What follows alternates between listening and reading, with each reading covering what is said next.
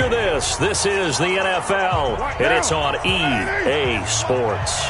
Maybe just a slight detour on what's been a strong drive. Here's 2nd and 11. Watch the shot. 6:37.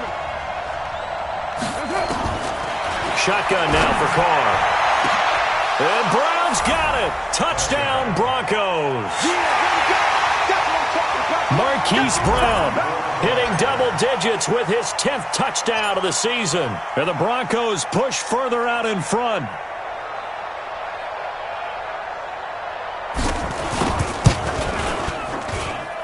Extra point right down the middle. And that will ensure that it will take a touchdown and a 2-point conversion to tie it.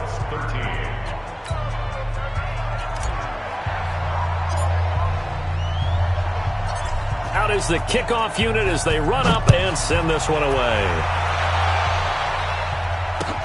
That'll be taken in the end zone. And he'll take it back to about the 19-yard line.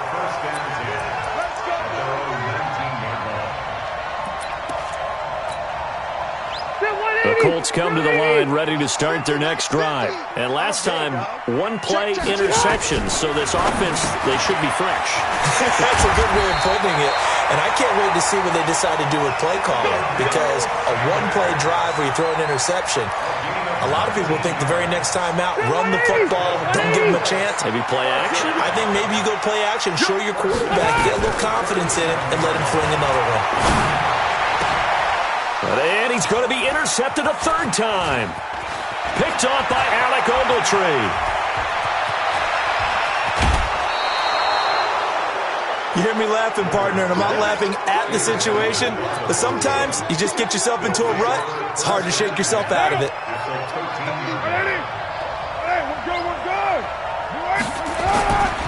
On first down, Coleman. And he is met in his tracks behind the line of scrimmage. A loss of 2 there, 2nd down. Bear in mind, that wasn't a big lineman back there for the tackle for loss. That was a cornerback. So are you saying the myth has been shattered? That all of them are not just cover corners? Some of them actually will stick their nose in and tackle when necessary? That's what we just saw, isn't it?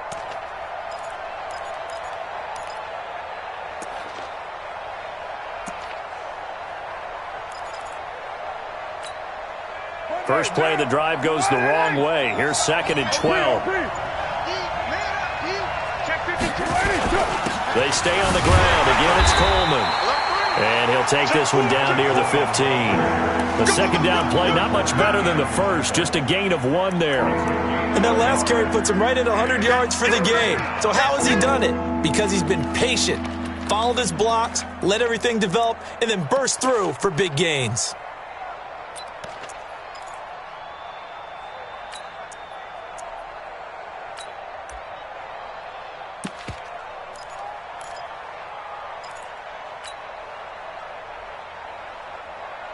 The chance of wasting this great starting field position, a real threat. This is 3rd and long.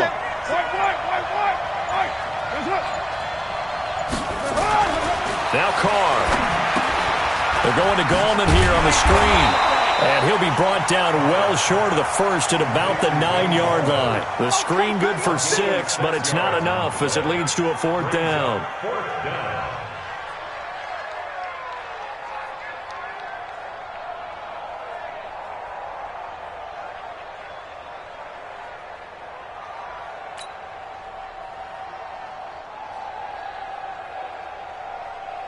So on 4th down, out trots the kicker in a big spot here.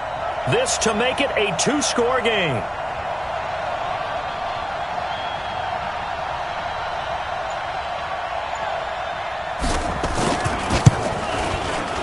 And his kick is indeed good. And that will bump the lead up to 11.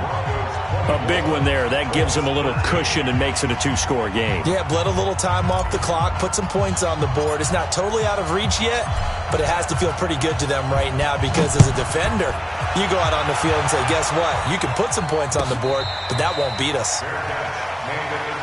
We got this. The Colts take over 1st and 10. The Indy offense at the line and set to go. Now, they've sort of lost their way, partner. How do they recalibrate and get this proverbial train back on track? Well, this is where leadership really comes into play. How's the head coach handling it? The offensive coordinator? Sometimes they just make a joke. All right, guys, had your fun? All right. Throw it out the window. Yeah, let's get back on track here. And sometimes that'll work just fine. I guess it's time now to lean on that leadership. On 1st and 10, Rivers. And the throw left sideline here is caught, but they'll rule it incomplete. Couldn't keep his feet in. 2nd down. I want to go back to something you said in the first quarter about winning. Is it a positive? It is a positive. Okay. About winning the turnover battle. As a visiting team, as an underdog, you were right. They've done just that, and look where it's gotten them. It's part of the formula. When you go on the road, as you mentioned, being an underdog, winning the turnover battle is a big key, and this one's playing out in this one. Now this throw caught left side. And this is going to be another 1st down as they'll make the tackle at the Broncos' 39. Rivers now 5 straight completions here in this second half. 1st and 10. 80 weapons. Alpha! 94 is the mark. 94 is the mark. Hey, orbit. Wait, 89. Rivers again. And he gets this one to Ridley complete. The completion good for 3, and it's 2nd down. One thing I think that's safe to say defensively, the tackling's been really good. And because of that, it's been very, very hard for them to move the ball because you're not getting the benefits of run after catch. You're tackling them almost on the spot. That means you have to run extra plays, harder to move it. Back of the end zone, could he get his feet down? No, it's incomplete. This defense is continuing to contest every deep ball that is thrown downfield. And look, it doesn't matter whether you're playing man or zone. Eventually, that becomes man on man. And you've got to trust yourself and go up in that moment of truth and make a play on the football. He gets it to Brown, complete. And this is going to be another 1st down as they'll make the tackle at the Broncos' 22-yard line.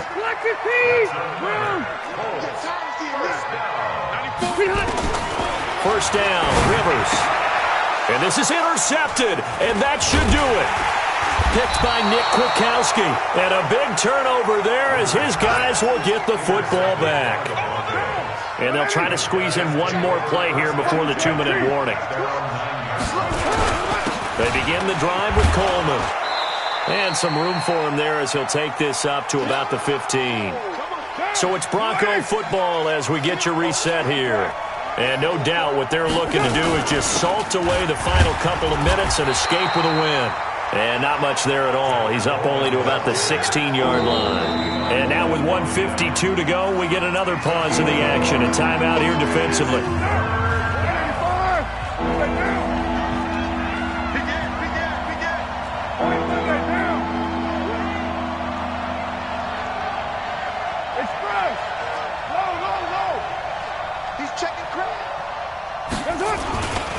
On 3rd down, it's Coleman, and he is going to have the 1st down, and that is going to suck the life right out of this crowd. Able to get what they need to keep the drive going with a 6-yard pickup on 3rd down. They'll run on 1st down. Coleman.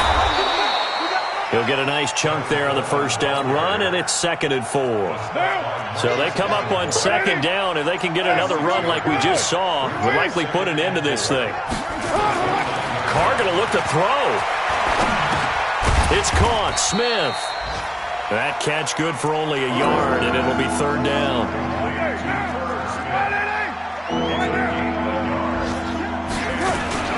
On 3rd down.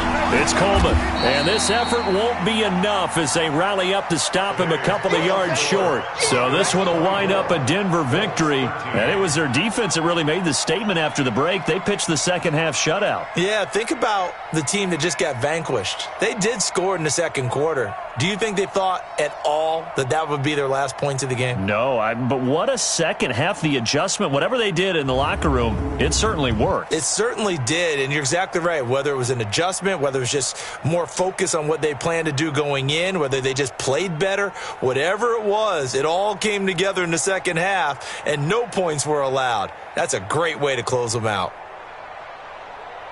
So for the Broncos, the win means they'll finish the first half at a respectable 5-3 record. And they will head back home next week.